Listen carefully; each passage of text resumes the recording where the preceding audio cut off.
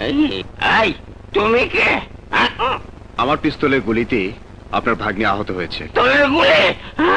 ওর ব্যাগে telephone number পেয়ে আমি আপনাকে ফোন করেছি। আমি তোমাকে জেল খাটাবো। তুমি জানো আমার কত বড় সর্বনাশ করেছ? আমার পায়েল হোটেলের নেচে মাসে 20,000 টাকা রোজগার করে আমাকে দেয়। পায়েলের অপারেশন সাকসেসফুল, তাই ভয়ের কিছু নেই। আর যতদিন নাচতে না পারে তার জন্য আমি আপনাকে কিছু টাকা দিচ্ছি। আর কিছু টাকা মানে কত টাকা? আপাতত 5 লাখ, পরে আরো পাবেন। 5 লাখ? 5 লাখ? গুলি খেয়ে দেখছি ভালোই হলো। এই যে আপনি সত্যি ভাগ্যবতী। সবার স্বামী তার স্ত্রীকে ভালোবাসে, কিন্তু আপনার স্বামী আপনার জীবন বাঁচানোর জন্য যেভাবে সমস্ত ডাক্তারদের অনুরোধ করেছেন, আপনি নিজের চোখে সে দৃশ্য দেখলে বুঝতে পারতেন আপনার স্বামী আপনাকে কত বেশি ভালোবাসেন।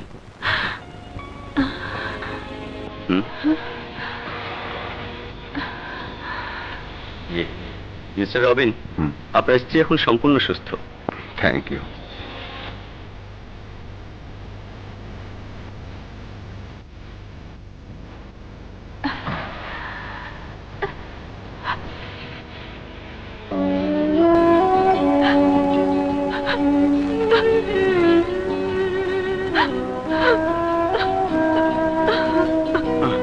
দেখুন, আপনি আমার স্ত্রী, এই মিথ্যে কথাটা আমি বাধ্য হয়ে বলেছি, কারণ এই পরিচয়টা দিয়ে বন্ড পেপারে সই না করলে আপনার অপারেশন হতো না।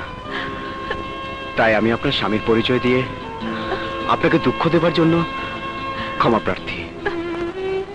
আমার চোখের পানি দেখে মনে করেছেন আমি আপনার কথাতে দুঃখ পেয়েছি। না, আপনার মিথ্যে পরিচয়টা দেবার জন্য আমি দুঃখ পাইনি। আসলে কি জানেন, আমি একজন হোটেল নর্তকী। মা বাবাকে হারিয়ে মামার জুয়া খেলার মদের দাম জোগাড় করার জন্য আমাকে ছোট পোশাক পরে ডিস্কোতে নাচতে হয়। মানুষের মনে আনন্দ দিতে দিতে আমি নিজেই ভুলে গিয়েছিলাম আমি একজন মেয়ে, আমি কারো বউ হব, আমার জীবনে কেউ স্বামী হয়ে আসবে। তাই এই চোখ দুটো কারো বউ হবার স্বপ্ন দেখেনি। সেই চোখ দুটো থেকে মনের অজান্তে ক্ষণিকের আনন্দের বৃষ্টি গড়িয়ে পড়ছে। তোমার এই সিদ্ধান্তটাকে আমি স্বাগত জানালাম, আর একই সাথে আমি এও বলছি আসলে তুমি আমার সত্যিকারের উত্তরসূরি। আজ আমি জেনে গেলাম যেদিন আমি এই পৃথিবীতে থাকবো না, সেদিন গরিবের বন্ধু হয়ে আমারই মতো গরিবের পাশেই থাকবে। আমি যে তোমারই সন্তান বাবা, তোমার রক্ত যে আমার মতে এই কথাই বলে। আর আমিও বলছি আমার এই সিদ্ধান্তকে মেনে নেবার জন্য আমি অনেক খুশি হয়েছি। থ্যাংক ইউ মাই সন।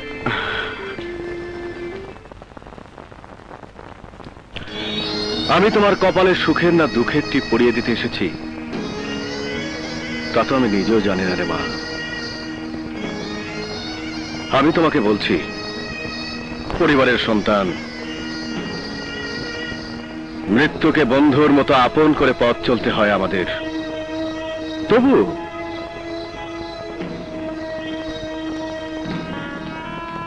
আমি তোমাকে দোয়া করি আমার জীবনের বিনিময়ে যেন খোদা তোমার কপালের সুখ কেড়ে না নেয়। বাবা, আপনার এই কথার পর আমাকে যদি বাসর ঘরেও বিধবার কাপড় পরতে হয় তবু আমি দুঃখ করব না। আপনার মতো বাবার স্নেহের বুকে মাথা রেখে আমার দুঃখ। মেয়ে, তুই তো দেখছি আমার মার মতো কথা বললি রে মা।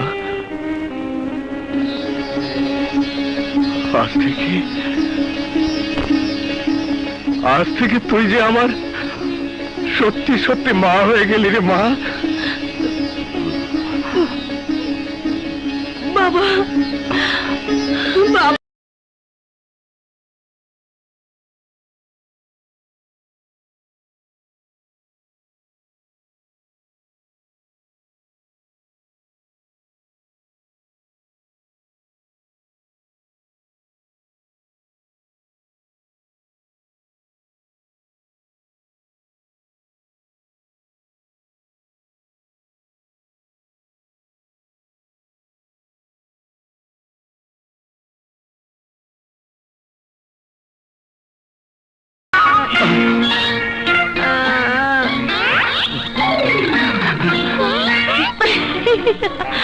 শুনুন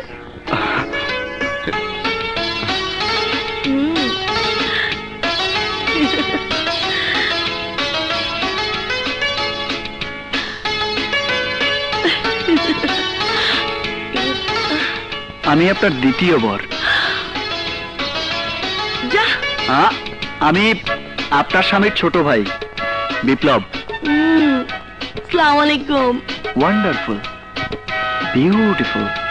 আচ্ছা, তুমি কোন বাগানে ফুটেছিলে বলো তো? একটা দুঃখের বাগানে, যে বাগানের দিকে কেউ তাকিয়ে দেখেনি। কেউ দেখেনি, খুব ভালো করেছে। কেউ দেখেনি বলেই তো ভাইয়া প্রথম দেখাতেই তোমাকে চিনতে পেরেছে। তুমি খুব দামি ফুল। হয়তো ভুল করে যেখানে ফোটার কথা সেখানে না ফুটে অন্য কোথাও ফুটেছিলে। এবার কিন্তু ভাইয়া তোমাকে দামি ফুলদানিতে রাখার জন্যই তুলে এনেছে। আমার সৌভাগ্য। বিপ্লব, তুই এখানে কি করছিস? ওর ওর বলছে।